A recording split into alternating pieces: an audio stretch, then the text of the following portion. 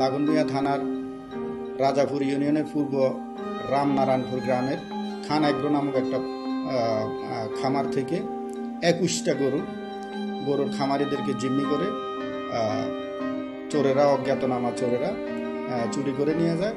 সেই গরুগুলো তারা পরিবহন করার ক্ষেত্রে কিছু কিছু গরু পরিবহন করতে ব্যর্থ হয়। সেখান থেকে 8টা গরু পাওয়া যায় পরে, আর তার মধ্যে 13টা গরু তারা চুরি করে নিয়ে যায়। আমাদের সিনিয়র কর্মকর্তা ডিবি টিমকে আমরা ঘটনাস্থলে পাঠিয়েছি, তারা তদন্ত করছে এবং এই সংক্রান্তে মামলা গ্রহণ করার প্রস্তুতি চলছে। গরুগুলো আনছিলাম রমজান ঈদের 4-5 দিন আগে, রমজানের 4-5 দিন আগে গরুগুলো আনছি। আমরা ব্যবসার উদ্দেশ্যে গরুগুলো আনছি। আনার পরে গতকাল রাতে আমরা যখন ফজর নামাজ মসজিদে পড়ার জন্য আসছি, তখন দেখি দেন আমাদের 4-5টা গরু মাঠে এবং মসজিদের পাশে ঘুরে। তখন আমরা গরুগুলো নিয়ে যখন খামারে আসছি, দেখি যে আমাদের 2টা রাখাল ওদেরকে পিছনোড়ানো বাঁধা অবস্থা তারা করে দিচ্ছে।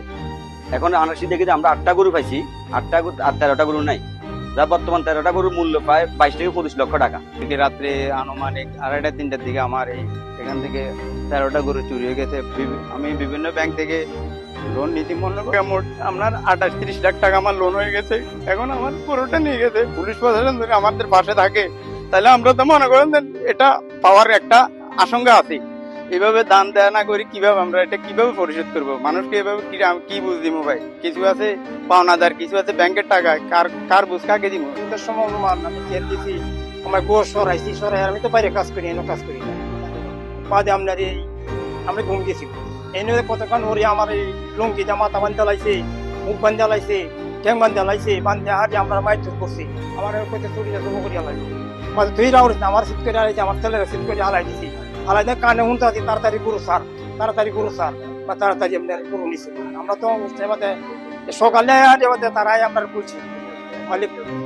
এখন এরা খামারিরা গরু পালে, গরু যদি আমাদের একটু সহযোগিতা হতো, খরচ দিত, যে আমাদের গরুগুলা নির্বাচনগুলোর মধ্যে আমরা গরুগুলো তত্ত্বাবধান করতে পারতাম। এখন সব যে গরুগুলো শুনিয়ে দিচ্ছে, আরো এর আগে বলতে শুনিয়েছে একটা গরু করে খাওয়া হচ্ছে। যেহেতু পুলিশের যদি একটু খরচ রাখকে দল দিত, তাহলে আমাদের গরুগুলো শুনিয়ে দিচ্ছে। তো এইভাবে যে গরু নিয়ে যায়, যে বেচারা গরুটা নিয়ে গেছে, হেতে একদম বসে গেছে, তার তো বসতার বলতে কিছুই নেই। আমরা উপরের মহোদয়ের কাছে আবেদন করতেছি যে আমাদের এই চুরিগুলো কিভাবে নিয়মিত হইতে পারে, এটা যেন ওনারা একটু নজর রাখে। বাস আমার দাবি এটাই।